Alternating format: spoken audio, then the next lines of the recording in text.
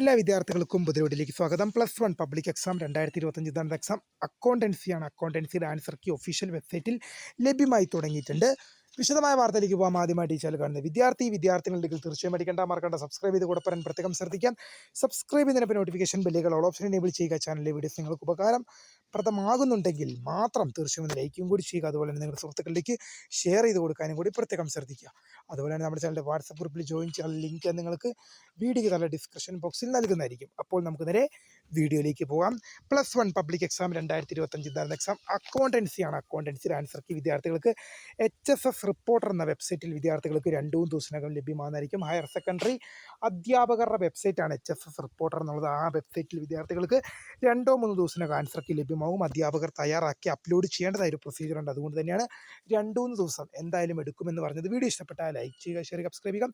അപ്പോൾ my name is Kareda, founder of Kareda career guidance. Time for watching. By.